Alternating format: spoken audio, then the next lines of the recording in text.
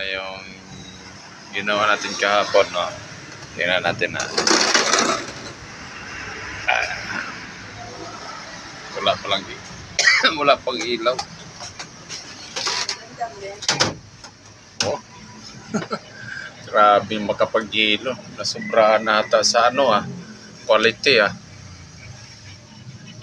Sobrang na. 24 hours. Ano ba, kagabi pa yan?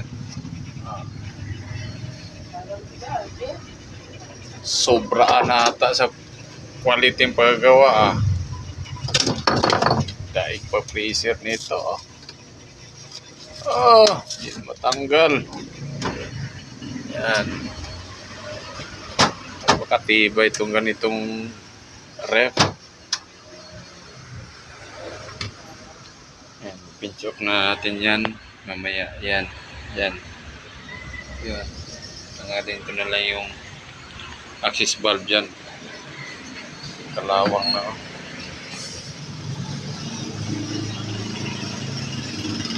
Pinat ko na lang ng ilaw. Usok-usok po.